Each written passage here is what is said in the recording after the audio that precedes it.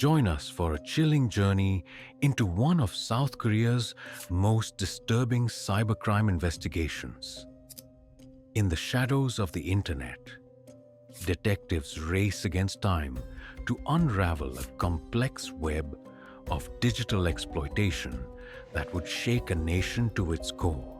Welcome to today's episode of True Crimes Unfold.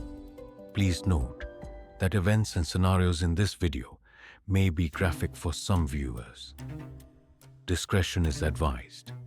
Details of the videos are taken from actual case files. Before we begin, let us know in the comments where you're listening from, what type of cases you'd like us to cover next, and we'll make sure to add them to our list. And don't forget to subscribe to get new stories as soon as they're released. Now settle in, get ready, and let's begin. You know what terrifies me most about the digital age? It's not the technology itself. It's how darkness finds ways to seep through its cracks. Let me tell you about a case that changed how we view the internet forever. In the heart of Seoul, winter 2020, a newsroom sits silent except for the gentle hum of computers. It's 3 a.m., that liminal hour when the world feels suspended between reality and nightmare. A lone journalist, Kim, hunches over his desk, his face illuminated only by his monitor's blue glow.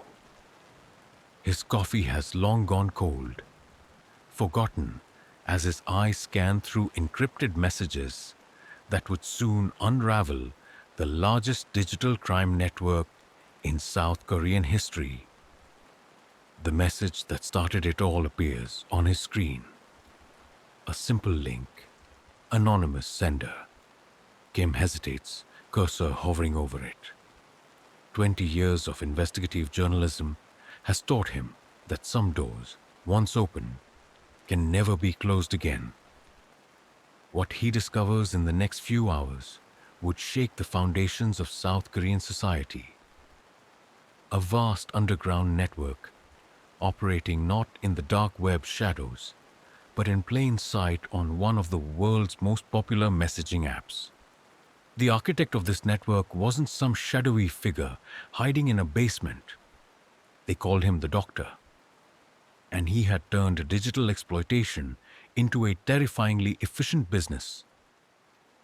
Now, you might want to prepare yourselves. Because what I'm about to tell you isn't just about crime in the digital age. It's about how technology can become a weapon, how ordinary people can become predators, and how a society's darkest desires can be monetized by those who know how to exploit them. As Kim delves deeper, he uncovers layers of encryption, cryptocurrency transactions, and a hierarchy of digital rooms, each more disturbing than the last. But what truly chills him is the realization that the Doctor isn't working alone. He's created an entire ecosystem of exploitation, with tentacles reaching into every corner of society. The thing about digital crimes is that they leave traces, digital breadcrumbs, but sometimes following those breadcrumbs leads you somewhere you wish you'd never gone. And that's exactly what happened to Kim when he discovered the first victim's identity. The investigation would eventually reveal a network of over 260,000 users. But tonight, in this quiet newsroom, Kim stares at his screen, realizing he's just scratched the surface of something that would soon become South Korea's digital nightmare. Uncle's voice darkens. But here's where the story takes its first truly dark turn. Where was I? Ah, yes. You see, what made this case particularly chilling wasn't just its scale. It was how the Doctor had turned digital predation into something resembling a corporate enterprise. The newsroom has grown colder as dawn approaches. Kim's computer screen casts an eerie glow across his face as he navigates through what they called Gotham, a digital marketplace where nothing was off limits. His hands tremble slightly as he documents the hierarchy of rooms, each with its own price tag, each promising deeper levels of depravity. He was a businessman. He understood supply and demand in the darkest way possible. Every room had its price, from basic entry to VIP access. The higher the price, the more horrific the content. Kim discovers something that makes his blood run cold. The doctor had employees, actual staff members, handling different aspects of his operation. Customer service representatives for exploitation. The normalization of evil had never been more apparent. But here's where it gets even more disturbing. The doctor had what he called his encyclopedia, a detailed database of victims, containing everything from basic information to their deepest secrets. The question that kept Kim awake at night wasn't just how the doctor obtained this information. It was who was helping him get it. The investigation takes a sharp turn when Kim receives an encrypted message from someone calling themselves the Joker. Unlike the others, this person claims to have infiltrated the doctor's inner circle. But can they be trusted? Meeting an anonymous source is always dangerous. Uncle's voice drops to almost a whisper. But in this case, Kim had no choice.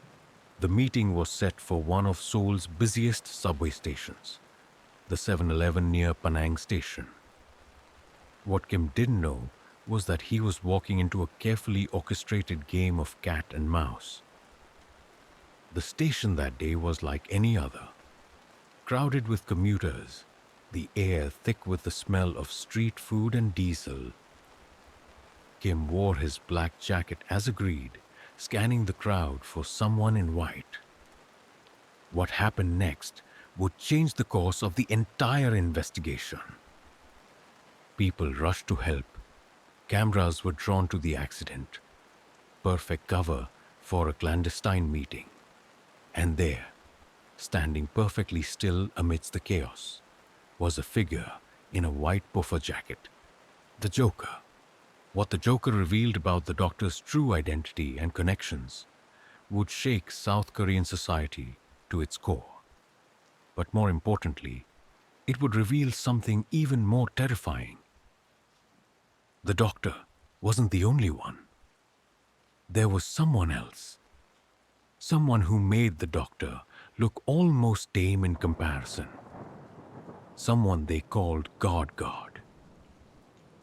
But before I tell you about God, you need to understand just how deep the doctor's connections went. The thing about staring into the abyss is that sometimes the abyss stares back. That's what happened when the major networks got involved. Inside BBS headquarters, South Korea's equivalent to CNN, producers huddle around monitors in a dimly lit conference room. The air is thick with tension and stale coffee. They've just received something that makes their blood run cold. A video of a young victim threatening self-immolation if they air their story. But here's where the investigation takes its darkest turn. The doctor wasn't just running from the law anymore. He was playing with the media, turning their own exposure into a weapon. The producers' phones light up simultaneously. The doctor has started a countdown in his chat rooms. For every hour of broadcast coverage, he threatens to release more compromising material. It's a masterclass in manipulation, using the media's own power against them. The networks faced an impossible choice: stay silent and let evil flourish in darkness, or expose it, and risk causing more immediate harm. It's the kind of ethical dilemma that keeps journalists awake at night. Meanwhile, the doctor's operation was expanding. His chat rooms had grown from thousands to hundreds of thousands of members. Each new expose paradoxically brought him more customers, more victims. The darkness was feeding on the light meant to destroy it. But there was something else happening beneath the surface. Something that even the doctor didn't see coming. His success had attracted the attention of someone far more dangerous. A figure known only as God. The investigation reveals a government insider, a man named Jay, with access to private citizen data. He'd been feeding information to the doctor for months, but Jay's involvement was just one thread in a massive web of corruption that reached into every corner of South Korean society. The most terrifying part wasn't the crime itself. It was how ordinary everything appeared on the surface. These weren't shadowy figures in dark alleys. They were government workers, office employees, people you'd pass on the street without a second glance. As the media spotlight intensified, the doctor's operation began to show cracks. But like a cornered animal, he became more dangerous. He started releasing private information of journalists, threatening their families, turning his victims against them. But nobody expected what happened next. When God emerged from the shadows, everything changed. You see, while the doctor was building an empire based on greed, God was creating something far worse. A kingdom built on pure sadism. The clash between these two digital crime lords would reshape the landscape of cyber exploitation forever. But first, the true identity of the doctor would need to be uncovered, and that revelation would shake South Korean society to its core.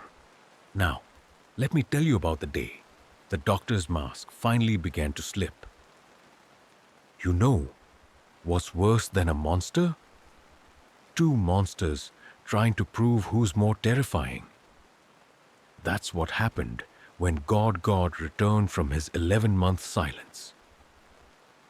The chat rooms explode with activity. After nearly a year of silence, God has resurfaced, and his return sends shockwaves through the digital underworld. The doctor's empire suddenly faces its first real challenge. God wasn't interested in money.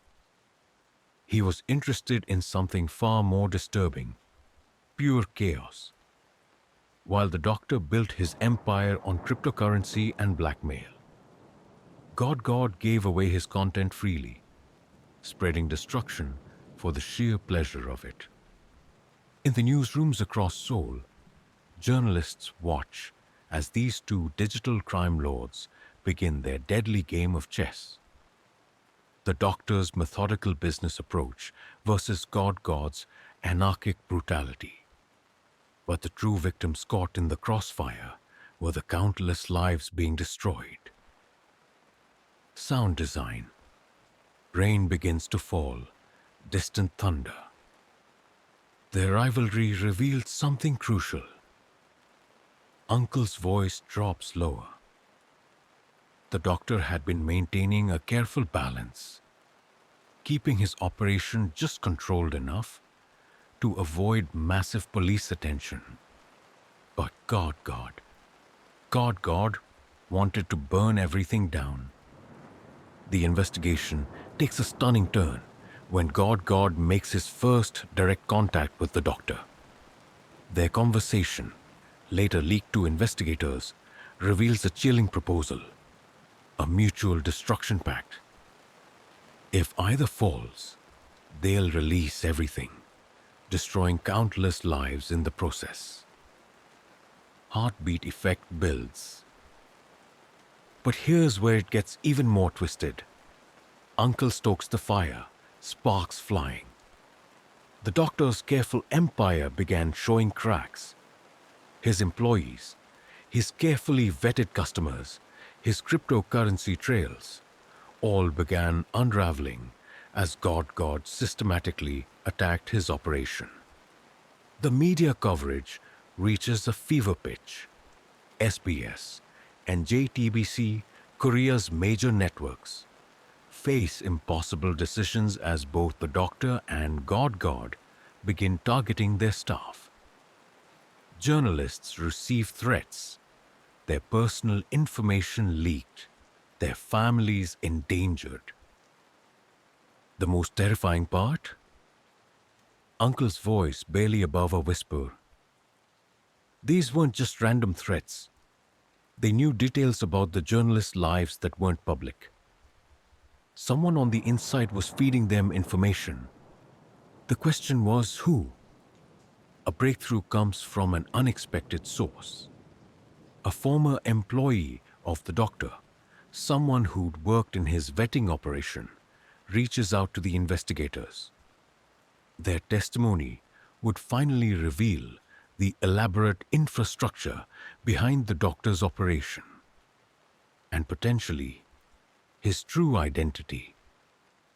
But just as the police thought they were closing in, Uncle pauses dramatically. God made his final move. A move so devastating it would force both the doctor and law enforcement into a deadly race against time. God had initiated what he called the final protocol, a dead man's switch that would automatically release everything if he didn't check in every 24 hours. The doctor, seeing his empire crumbling, decides to respond with something equally destructive.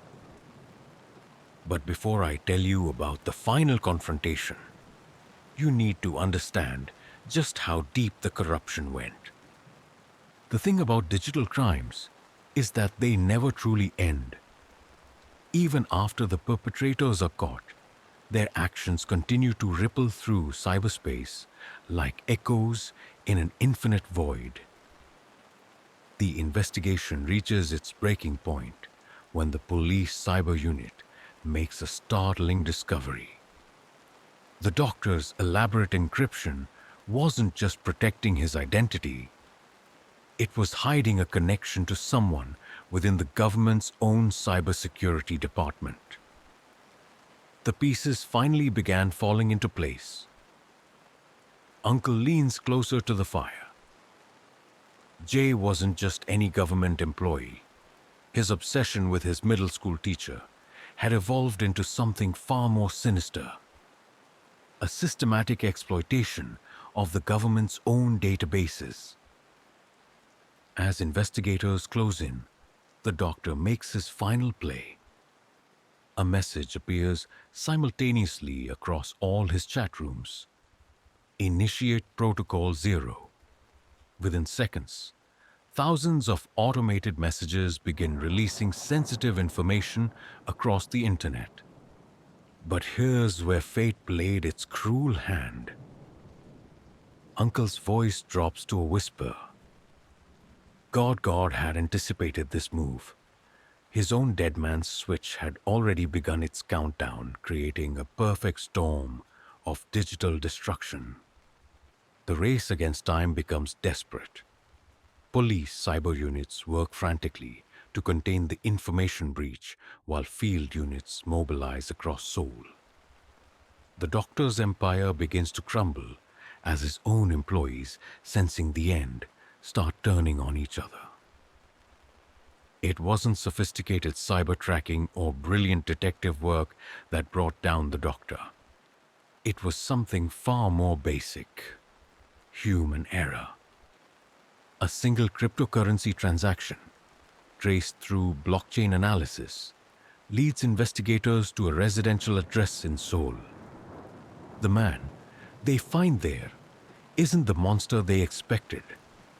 Just an ordinary-looking individual with extraordinary capacity for evil. But the true horror. Uncle's voice grows darker. The doctor's arrest didn't end the nightmare.